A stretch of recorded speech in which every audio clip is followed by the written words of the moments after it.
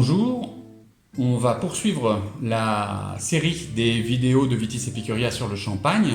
Donc je vous rappelle qu'on a fait déjà un point sur les champagnes de premier prix, sur les grandes maisons. Alors évidemment on ne les a pas toutes citées, en particulier on aurait pu s'étendre sur des maisons aussi qualitatives que Bollinger par exemple, qui propose quand même une gamme de qualité exceptionnelle à des prix qui n'ont rien à voir avec ceux de Krug par exemple. On aurait pu aussi s'étendre un peu plus sur la maison Roderer, qui a le mérite d'avoir converti une grande partie de son vignoble en bio, ce qui est quand même assez important de souligner. On a décidé de se concentrer sur deux maisons un petit peu plus petites, à taille humaine, qui sont donc Bicard Salmon et Gosset. Ensuite, on est passé donc au champagne de vigneron, cette fois-ci, par opposition au champagne de marque, avec un focus sur Aiguille-Ouriet et sur le domaine Jackson, des frères Chiquet. Et on va donc maintenant passer à la deuxième génération de ces champagnes de vigneron, avec un trait de caractère assez net sur le fait qu'on aime l'extra brut maintenant. Les champagnes sont plus vineux, on ne rajoute quasiment plus de sucre. Et de fait, pour compenser ce manque de sucre ajouté, eh bien, tout simplement, on récolte les raisins plus mûrs. Et puis, il y a une vraie tendance à convertir en fait ces vignes en bio. Alors, à minima, en culture raisonnée. Donc, on va s'intéresser à 4 domaines. Donc, l'Armandier-Bernier, de Souza, le Clair-Brillant et Gonnet-Metteville. Et on va commencer tout de suite par le domaine l'Armandier-Bernier.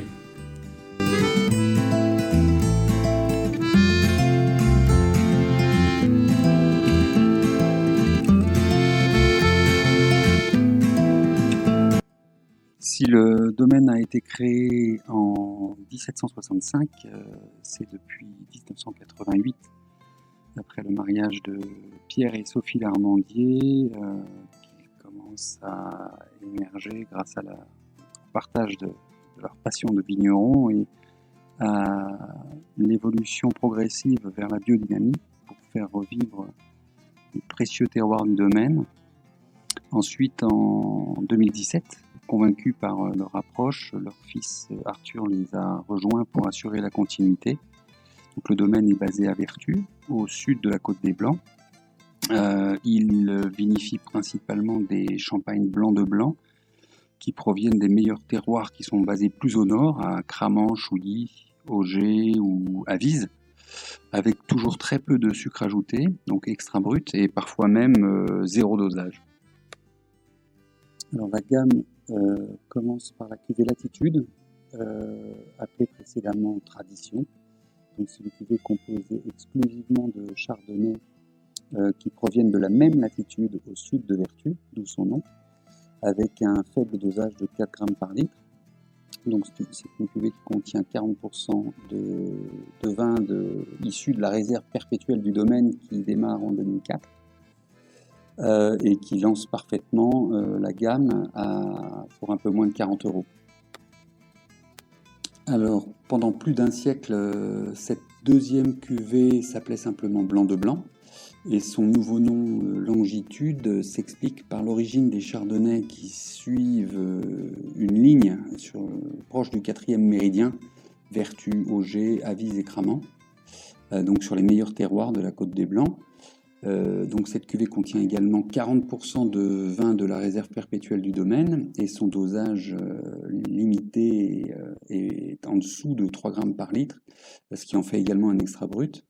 Donc on franchit un cap qualitatif et son prix très raisonnable, à peine 45 €, le place selon nous parmi les meilleurs rapports qualité-prix de la région.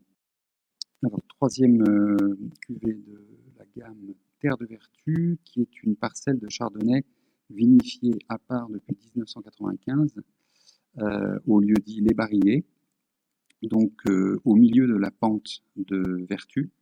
Donc ce terroir est très particulier, très minéral et propose des vins très fins et complexes, évidemment pur chardonnay, un seul terroir et un seul millésime. Donc beaucoup d'équilibre, pas besoin d'assembler, donc le vin est non dosé, zéro dosage, pas de sucre ajouté, pour respecter donc sa pureté jusqu'au bout.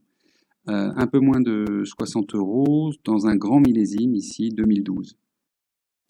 Arrive ensuite un rosé très original pour la Champagne, puisque c'est un rosé de saignée, donc qui est une cuvée issue de 90% de pinot noir ramassé à Vertus, où il y a majoritairement du chardonnay, et en complantation avec 10% de pinot gris issu des mêmes vieilles vignes.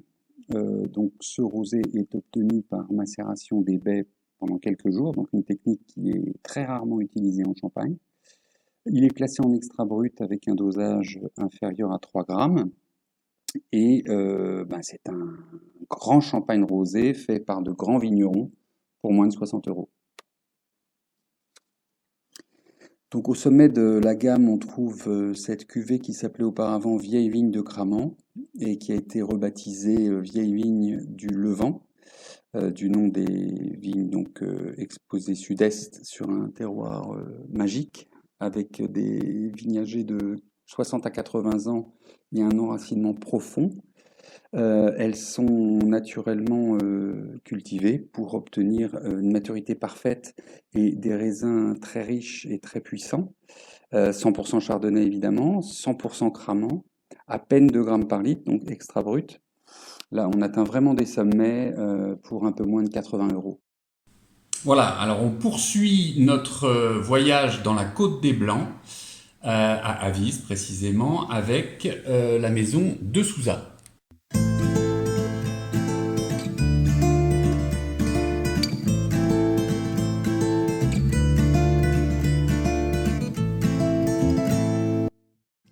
En provenance de Porto, Manuel de Souza a rejoint l'armée française pendant la Première Guerre mondiale, après laquelle il a décidé de s'installer à Avise, en Champagne, avec sa femme et son petit bébé Antoine. Plus tard, Antoine donc, a épousé mademoiselle Zoémie Bonville, une champenoise, et a commencé à prendre soin donc, du vignoble familial. Qui s'est développé progressivement jusqu'à l'arrivée de Éric de Souza en 1986. Là, une nouvelle ère a commencé avec notamment la conversion en biodynamie et d'autres améliorations qui doivent maintenant se poursuivre avec la génération suivante, donc ses enfants, Charlotte, Julie et Valentin. Alors même si ce n'est pas l'entrée de gamme, on démarre tout de suite avec le Brut Réserve Grand Cru qui est vinifié en cuve pour respecter les arômes des meilleurs terroirs de chardonnay des Grands Crus de la Côte des Blancs, donc Avise, Cramant, le Mesnil-sur-Roger et Auger. Éric de Souza a toujours voulu préserver l'authenticité de ses pieds de vigne pour assurer la plus grande finesse possible au vin. Et ce Brut Réserve donc, est un blanc de blanc produit à partir de vins de différents millésimes, donc 2 ou 3 en général, avec au moins 25% de vin de réserve dans l'assemblage, donc un vin de très haute qualité pour moins de 40 €. On passe ensuite à la cuvée 3A, donc pour Avise, Ail et Ambonnay, puisque c'est un assemblage de 50% de chardonnay d'Avise, 25% de pinot noir de Ail et 25% de pinot noir d'Ambonnay, donc issu de vieilles vignes donc plantées dans les années 50 en moyenne, avec des tout petits rendements pour obtenir une plus grande maturité et une plus grande concentration du fruit et un parfait équilibre dans le vin qui fera le bonheur des amateurs pour moins de 50 €. Alors, Julie de Souza a 2 passions, le vin et les chevaux. Mycorhize, c'est le nom du cheval qui laboure les vignes octogénaires de Chardonnay à Avise et qui donne donc son nom à cette cuvée très rare avec un faible dosage à 4 grammes par litre, 25% de vin de la réserve perpétuelle du domaine. Donc c'est particulièrement vineux et complexe. Donc un champagne qui a énormément d'amateurs et qui est parfait à table pour accompagner les mets les plus subtils. Et tout ça pour moins de 60 €, on aurait tort de s'en priver. Ensuite arrive le fleuron de la maison, donc la cuvée des Caudalie, qui est un blanc de blanc particulièrement recherché par les amateurs de vin. Donc ces vignes ont plus de 60 ans. Elles sont vendangées exclusivement à la main le plus tard possible pour obtenir des raisins très riches en arômes. Après un élevage en baril de chêne dont 10% sont à peu près 10% neufs, le vin obtenu est ensuite assemblé avec 50% de vin de la réserve perpétuelle qui est composé de 22 millésimes et puis faiblement dosé à 5 grammes. Donc pour moins de 50 €, on a un grand champagne de repas qui peut être conservé pendant 20 ans, voire plus. Et on termine par sa version rosée, donc les Caudalie rosés, même philosophie que pour les Caudalie blanc de blanc. On trouve cette cuvée des Caudalie rosés avec 80% de chardonnay d'Avise, 10% de pinot noir d'Aille, qui sont vinifiés et vieillis séparément. Donc le dosage est également très bas, à 3 grammes, et le résultat est absolument brillant pour moins de 80 €.